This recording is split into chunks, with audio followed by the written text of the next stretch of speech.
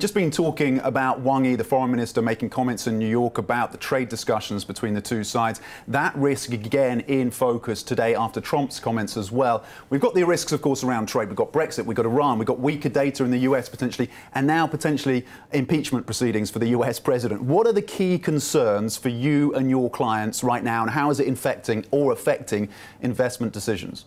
Well, first, I appreciate the opportunity to be with you this morning. There's no question that the aggregated and accumulated risks in the world are infecting the markets. And I think it's creating defensive posture among our clients, particularly institutional asset allocators. And I think the biggest risks right now are really around U.S.-China trade and the resulting global growth implications, particularly, I would say, as it relates to the U.S. economy, because I think all eyes are really on the performance of the U.S. consumer and the U.S. economy, and then Fed policy. And if you think about the juxtaposition of Fed policy and the U.S. growth, that's really driving people's decision-making on asset allocation right now.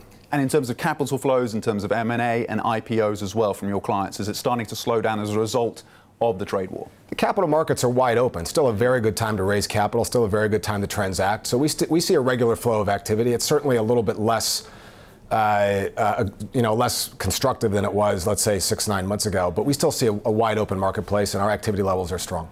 Is the slightly weaker consumer data that we got out of the US just overnight, is that an indication that the trade tensions are now starting to come back home, starting to roost, starting to impact the US consumer, which of course has been the one pillar of growth there?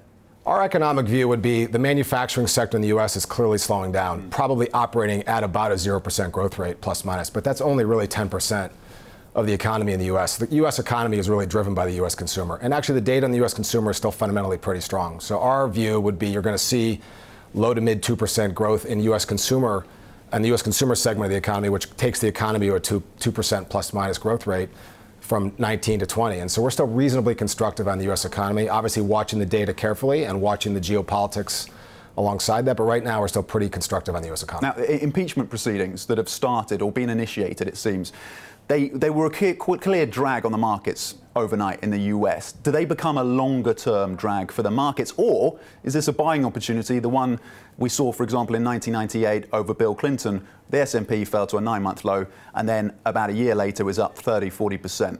How does this play out for the markets? I think one of the things that's going on in the markets right now is the risk premium on politics and geopolitics is elevating. And I think for a long time, post the financial crisis, we actually had a pretty modest amount of risk premia in the marketplace around, let's just say, the broad category of geopolitics.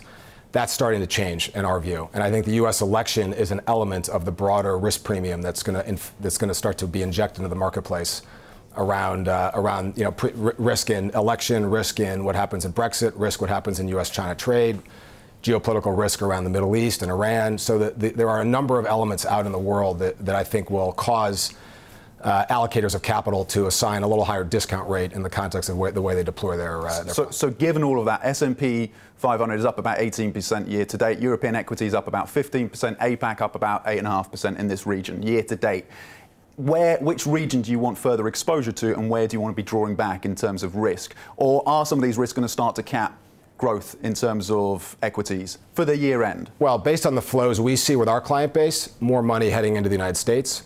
Probably a little bit of a safety mechanism. The United States still seems to be the safest place to put capital today, with all the risks that you highlight vis-a-vis impeachment or otherwise. The U.S. is still a strong, vibrant economy, and as a marketplace, a very deep and liquid pool of opportunity to invest capital. So we still see flows coming out of other parts of the world into the U.S. There's been a clear disinvestment in assets that are touching China, particularly multinational corporations that have more exposure to China. If you look at MNCs that have more China exposure versus companies that have less China exposure, you see starting to see a dichotomy between how they trade. And so I think you're seeing a bit of a flight to quality in many different elements of the allocation of capital, and the U.S. is probably the net beneficiary of that. Have you been reassured by the forward guidance you've heard from the central banks, or does it point to the fact that they're running out of bullets? Well, I think you have to be concerned that given how many risks we've talked about in the short time we've been together here, that the central banks have not that much room to move were some of these risks to really unravel into a more pronounced crisis-like environment. So we worry a lot about the lack of flexibility of central bank policy, just given where we are in the scheme of monetary policy from any historical perspective, and the lack of a fiscal policy response. So there's room, and the central banks will use the room, and we see them starting to use the room. but there's not an enormous amount of room, and so you have to use those bullets carefully. Okay, on to the business. What are your priorities for the business here in China? Well, we see enormous opportunity in China. I'm here a lot. I was here in May after the Huawei announcement. I'm here this week for a week, and I'll be back in November. We are really developing a 5-year plan for our business in China, in Greater China. We see opportunity for financial market reform. A lot of the elements of the U.S. trade negotiation relate to our business and to our clients' businesses, so we're very focused on how this gets adjudicated. I think if you had a market opening, and we believe that will come over time, and you had more financial market liberalization, that'll be good for the development of a capital markets opportunity. Goldman Sachs will be a beneficiary of that. A lot of multinational corporations will be a beneficiary of that. Is the trade war holding it back in terms of licensing for Goldman Sachs? Oh, I think there's no question the trade war has implications for any financial services firm or other firms that are looking to access the market in China. So there's no doubt that it's tied up in the broader negotiation. Just want to focus on another region, the Middle East. Goldman Sachs, are you going to have a role in Saudi Aramco's IPO? I don't want to comment on any individual transaction that we're working on, but we're obviously big supporters of what's going on in Saudi Arabia in terms of their access in the capital markets. We've done business with the Saudis over a long period of time, including a recent bond deal for Aramco, and so we're supportive of their ambitions. And there's a potential for Goldman Sachs in Saudi Arabia, and maybe that offsets some of the pressure that you faced in terms of the UAE, where in some of the deals it seems like you've been blocked out. Oh, I wouldn't comment on the UAE. I think you asked me about Saudi. We're very focused on our business in Saudi, and we're very happy about our business in the Middle East, and we see tremendous opportunity. Okay, I've got to ask about 1MDB. There's going to be a hearing in Malaysia, September the 30th. When do you think this saga resolves itself? It's hard to give you a time frame on the resolution of 1MDB. We're focused on getting it behind us and resolving it in an appropriate manner. We want the Malaysian people to be taken care of and what's appropriate, and we're looking to put it behind us and get the Malaysian people the money that they deserve. Have there been any restrictions on Goldman's business in the US put on by the DOJ as a result of this? No restrictions on our business. Okay, and should we expect a resolution, some kind of settlement between Goldman Sachs and the DOJ by the end of this year, do you think? I wouldn't comment on the timing of any kind of a settlement. Okay, I want to talk about WeWork, because I know that Goldman Sachs, along with others, JP Morgan as well, has had a role in this. In terms of valuation, of course, we're looking maybe at $15 billion for this company, if they're lucky. How did Goldman Sachs and others get it wrong in terms of the valuation for this company? Again, I don't want to comment on specific advice that we give to specific clients. Okay. So, we're supportive of WeWork. We've been an investor in WeWork, but I don't want to comment on advice we give. Okay, more broadly, in terms of some of these tech unicorns, is there a lesson to be learned for some of the investment banks in terms of valuations, whether it's Uber or Lyft or WeWork?